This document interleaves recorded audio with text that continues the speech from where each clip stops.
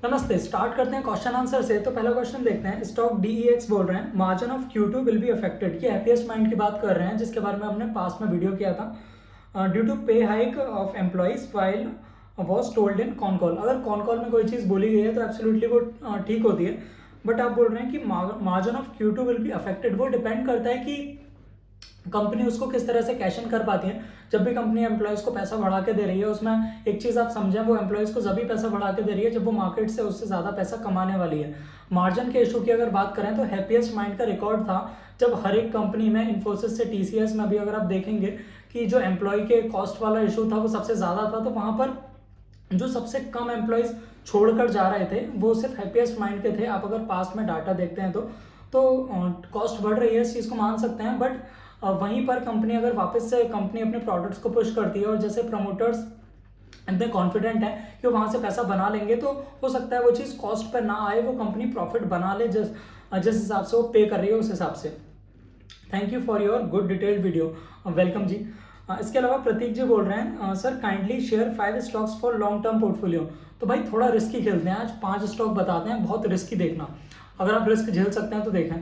Case ऑल्स हो गया, पास में मैंने इसके बारे में काफ़ी सारे वीडियो किए हैं, आप उनको देख सकते हैं, आपको डिटेल मिल जाएगा। रिस्की बैट है भाई, आधा भी हो सकता है, 4-5 गुना भी हो सकता है। इसके अलावा आप न्यूजन सॉफ्टवेयर देख सकते हैं, पास में मैंने इसके बारे में भी बात करी है। मैंने इसमें मैंने मल्टी बैगर रिटर्न्स बनाए थे।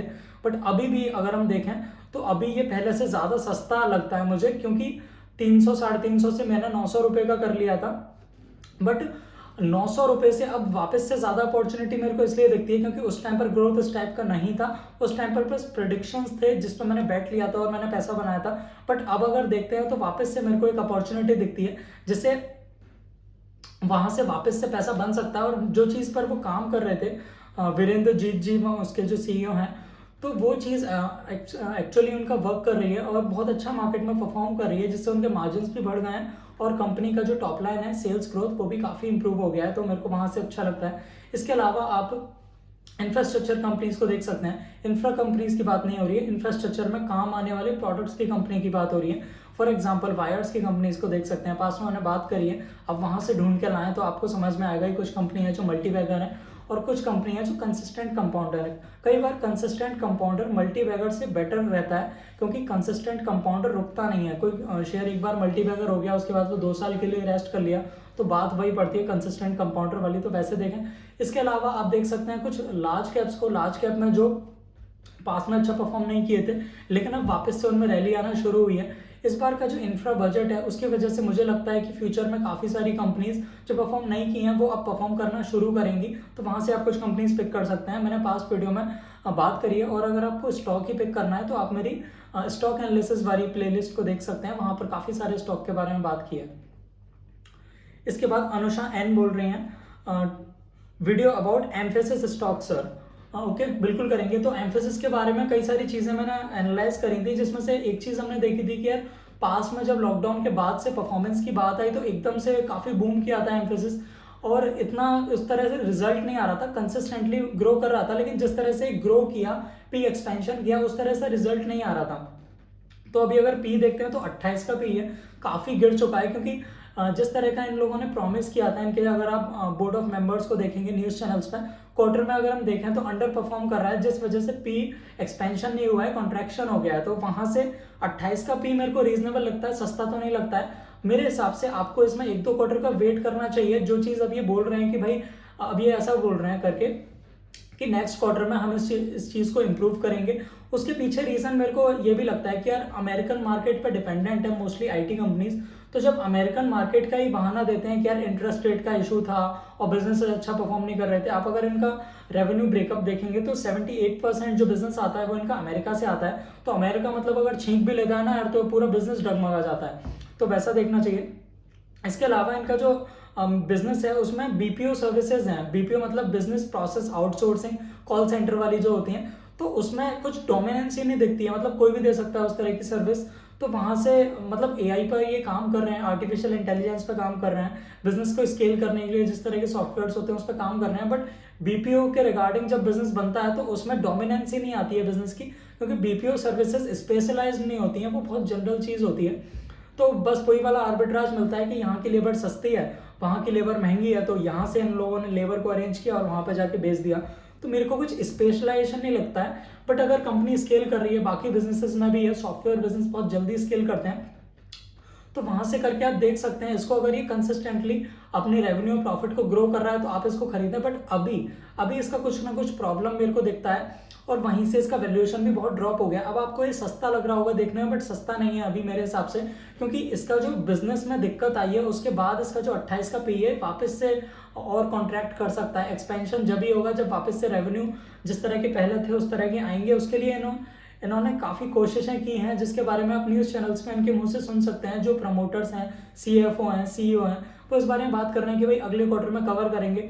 बट जब एक दो बार कंपनी का रेवेन्यू और प्रॉफिट बिगड़ने लगता है उसके बाद मार्केट में वैल्यूएशन नहीं मिलता है।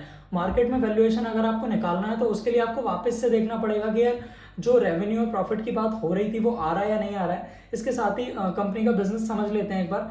लाइसेंस जो प्रोडक्ट्स होते हैं उससे बहुत छोटा पार्ट है। इसके अलावा एप्लीकेशन मेंटेनेंस में 30% बिजनेस है, एप्लीकेशन डेवलपमेंट में 33% बिजनेस है। यहाँ से थोड़ा सा समझ में आता है कि यार चलो कुछ है तो वहाँ से कुछ मोनोपोली बिल्ड हो। इसके अलावा इंफ्रास्ट्रक्चर मैनेजमेंट सर्विसेज में 13% बिजनेस है और ट्रांजैक्शन प्रोसेसिंग सर्विसेज में 7%। वही BPO वाला सिस्टम है। आप पूरे को अगर देखेंगे ओवरऑल तो मेरे को इस वजह से थोड़ी सी दिक्कत लगती है। नॉलेज प्रोसेस वही सब चीज़ें हैं ये। इसके अलावा प्रोडक्ट और सर्विसेज के बारे में एक बार देख लेते हैं। Application monetization services, architecture, design, offering, artificial intelligence. भाई आर्टिफिशियल इंटेलिजेंस बहुत फैंसी हो गया, इनको यही समझ में आता है कि यार हम रिटेलर्स को तो समझ में आएगा नहीं, तो एक आध पॉइंट ऐसे डाल दो तो शेयर चलता रहेगा।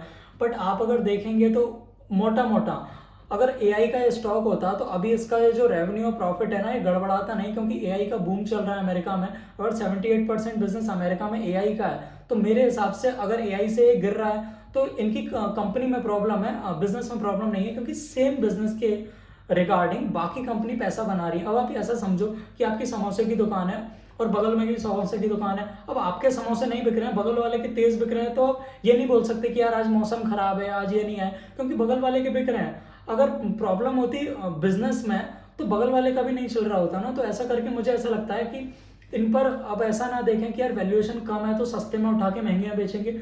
एक्चुअल में बिजनेस वैसा परफॉर्म नहीं कर रहा है जैसा इसको करना चाहिए था। अभी भी कंसिस्टेंट कंपाउंडर रह सकता है, बट अभी मेरे हिसाब से एक दो क्वार्टर आपको रुकना चाहिए और देखना चाहिए कि किस तरह से काम करेगा। वहीं पर अगर हम इनका फाइनेंशियल्स को एक बार देख लेते हैं, प्रॉफिट ग्रोथ है 14.4%, कुछ खास नहीं है। सेल्स ग्रोथ 27% लास्ट ईयर का है ये। अभी करंट क्वार्टर में जो गिरावट हुई है उसके बारे में बात नहीं हुई है। रिटर्न ऑन इक्विटी 30% है, मतलब कि इनके पास कंपनी को ग्रो करने का पैसा था लेकिन ये ग्रो उस तरह से नहीं कर पाए, तभी क्वार्टर्स थोड़े से गड़बड़ा रहे हैं।